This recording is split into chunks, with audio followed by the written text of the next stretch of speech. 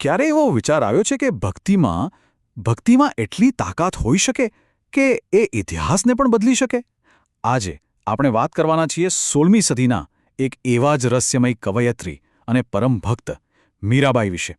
એમનું જીવન, એમની ગાથા એ પ્રેમ, ત્યાગ અને અતૂટ શ્રદ્ધાની એક એવી કહાણી છે જે આજે પણ સદીઓ પછી પણ લાખો લોકોને પ્રેરણા આપે છે. જુઓ, એક એવી ભક્ત જેણે પોતાના પ્રેમ અને ભક્તિથી સ્વયં ભગવાનને વશ કરી લીધા. બસ આ એક જ વાક્ય છે ને, એમાં મીરાબાઈના આખા જીવનનો સાર આવી જાય છે. તો ચાલો આ કથામાં આપણે ઊંડા ઉતરીએ અને સમજીએ કે એમની ભક્તિમાં એવું તો શું હતું કે એણે ખુદ દિવ્યતાને પણ સ્પર્શી લીધી. દરેક મોટી કહાણીની શરૂઆત તમે જોશો તો કોઈક નાની પણ બહુ જ મહત્વની ઘટનાથી થતી હોય છે. અને મીરાબાઈની વાત કરીએ તો એમના કિસ્સામાં એ હતું એમના બાળપણનું એક વચન. ચાલો તો આપણે સીધા એમના મૂળમાં જઈએ અને એક ક્ષણથી શરૂઆત કરીએ જેણે એમના આખા જીવનની દિશા જ બદલી નાખી. તો વાત છે 1498ની. રાજસ્થાનના એક રાજવી પરિવારમાં મીરાનો જન્મ થયો. એમનું બાળપણ આમ તો સામાન્ય જ હતું, પણ પછી એક ઘટના બની જેણે બધું જ બદલી નાખ્યું. થયું એવું કે એક દિવસ એમણે એક વરઘોડો જોયો અને એકદમ માસુમિયતથી એમણે પોતાની માતાને પૂછ્યું, માં, મારો પતિ કોણ છે? હવે માતાએ તો મજાકમાં હસતા હસતા સામે પડેલી કૃષ્ણની મૂર્તિ તરફ આંગળી ચીંધી દીધી. આખી દુનિયા માટે આ કદાચ એક મજાક હશે, પણ નાની મીરા માટે એક દિવ્ય વચન બની ગયું. અને બસ એ ક્ષણથી જ સમજી લો કે મીરાના હૃદયમાં કૃષ્ણ વસી ગયા. જે ઉંમરે બાળકો રમકડાથી રમે એ ઉંમરે મીરાનું મન તો બસ એમના દિવ્ય પતિમાં જ લાગેલું રહેતું. આ કોઈ સામાન્ય બાળકની જીદ કે લગાવ નહોતો. ના, આ તો એક એવા અતૂટ સમર્પણની શરૂઆત હતી જે જીવનભર ચાલવાની હતી. પણ જુઓ, ભક્તિનો માર્ગ ક્યારેય સીધો સાધો નથી હોતો. હવે મીરાની આ શુદ્ધ ભક્તિ અને બીજી બાજુ રાજમહેલના દુનિયાદારીના કર્તવ્યો, આ બંને વચ્ચે એક બહુ મોટો સંઘર્ષ થવાનો હતો. અને આ જ સંઘર્ષ એમની શ્રદ્ધાની સાચી અગ્નિપરીક્ષા બનવાનો હતો. થયો એવું કે મીરાના લગ્ન મેવાડના રાજકુમાર ભોજરાજ સાથે નક્કી થયા. આ કોઈ પ્રેમ લગ્ન નહોતા, પણ એક રાજકીય જોડાણ હતું. એટલે હવે મીરા માત્ર એક ભક્ત નહોતા રહ્યા, એક રાજકુમારી પણ હતા, એક રાણી હતા. અને એમની પાસેથી અપેક્ષા શું રખાય કે એ રાજવી પરંપરાઓ નિભાવે, સામાજિક નિયમોનું પાલન કરે.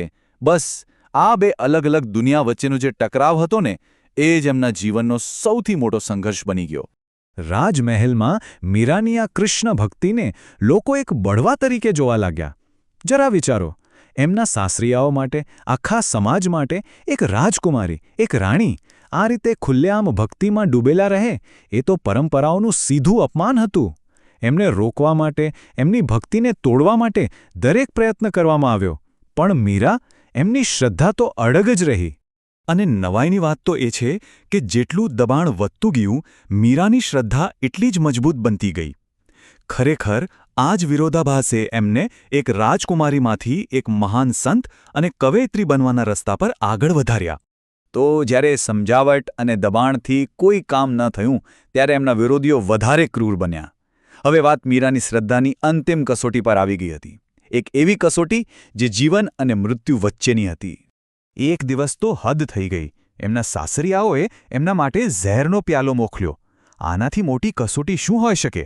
સવાલ એ હતો કે શું એમની ભક્તિ એમને આમાંથી બચાવી શકશે? અને પછી જે થયું એ એક ચમત્કારથી ઓછું નહોતું. મીરાએ કૃષ્ણનું નામ લીધું અને ઝેર ગટગટાવી ગયા. અને એ ઝેર અમૃત બની ગયું. એમને કશું જ ન થયું. આ ખાલી શ્રદ્ધાની જીત નહોતી, આ તો દિવ્ય પ્રેમનો જીવતો જાગતો પુરાવો હતો. હવે પહેલો પ્રયાસ તો નિષ્ફળ ગયો, એટલે વિરોધીઓ તો સાવ હતાશ થઈ ગયા. એમણે હાર ન માની. આ વખતે એમણે એક કરંડિયામાં, એક ટોપલીમાં ઝેરી સાપ મોકલ્યો. એમને લાગ્યું કે આ વખતે તો મીરા નહીં બચે. પણ ફરી એકવાર શ્રદ્ધા જીતી ગઈ. જેવો મીરાએ એ કરંડિયો ખોલ્યો, અંદર ઝેરી સાપ નહોતો, પણ ફૂલોનો એક સુંદર મજાનો હાર હતો. ખરેખર દરેક કસોટી મીરાની ભક્તિને તોડવાને બદલે એને વધુ અને વધુ મજબૂત બનાવી રહી હતી.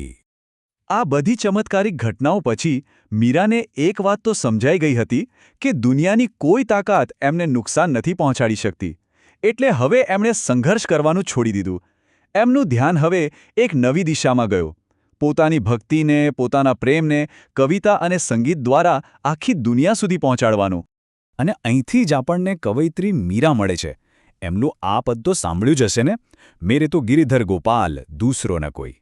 આ ખાલી એક ગીત નથી, આ તો એમની સંપૂર્ણ શરણાગતિનું એલાન છે કે ભાઈ મારા માટે તો બસ એક ગિરિધર ગોપાલ જ છે, બીજું કોઈ નહીં. એવી જ રીતે એમનું બીજું એક બહુ જ પ્રખ્યાત ભજન પાયો જી મેને રામ રતન ધન પાયો. આ ભજન શું બતાવે છે? એ બતાવે છે કે મીરા માટે સાચી દોલત શું હતી. કોઈ હીરા મોતી નહીં, પણ ભગવાનના નામનો અમૂલ્ય ખજાનો. અને આજે પણ એમના આ ભજનો ભક્તિ સાહિત્યના અમૂલ્ય મોતી ગણાય છે. તો આ બધા સંઘર્ષો અને ચમત્કારો પછી મીરાને એકદમ સ્પષ્ટ થઈ ગયું કે એમનું સાચું ઘર આ રાજમહેલ તો નથી જ. અને એટલે આખરે એમણે એક બહુ મોટો નિર્ણય લીધો. એક એવો નિર્ણય જે કઠોર હતો પણ સાથે સાથે મુક્તિ આપનારો પણ હતો. દુનિયાના બધા બંધનો તોડીને સંપૂર્ણપણે આધ્યાત્મિક માર્ગ અપનાવવાનો. રાજમહેલનો વૈભવ, સુખ સુવિધાઓ બધું જ છોડીને મીરા એક સામાન્ય તપસ્વી બનીને નીકળી પડ્યા. એમની આ યાત્રા એમને કૃષ્ણની લીલાભૂમિ વૃંદાવન લઈ ગઈ અને ત્યાંથી છેલ્લે એ પહોંચ્યા દ્વારકા, જ્યાં એમના પ્રિયતમ કૃષ્ણનું સામ્રાજ્ય હતું. આ જ હતી એમની અંતિમ તીર્થયાત્રા. અને મીરાનો અંત? એ પણ એમના જીવનની જેમ જ એકદમ ચમત્કારિક. દંતકથાઓ એવું કહે છે કે દ્વારકાના મંદિરમાં ભજન ગાતા ગાતા મીરાનું શરીર કૃષ્ણની મૂર્તિમાં જ સમાઈ ગયું, વિલીન થઈ ગયું. કદાચ આ જ હતું જીવાત્માનું પરમાત્મા સાથેનું અંતિમ અને સંપૂર્ણ મિલન.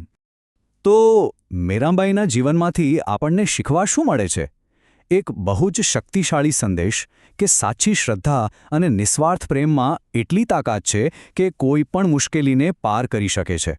એમની કહાણી આપણને યાદ અપાવે છે કે ભલે ભક્તિનો માર્ગ કઠિન હોય, પણ એનું ફળ એ હંમેશા દિવ્ય જ હોય છે.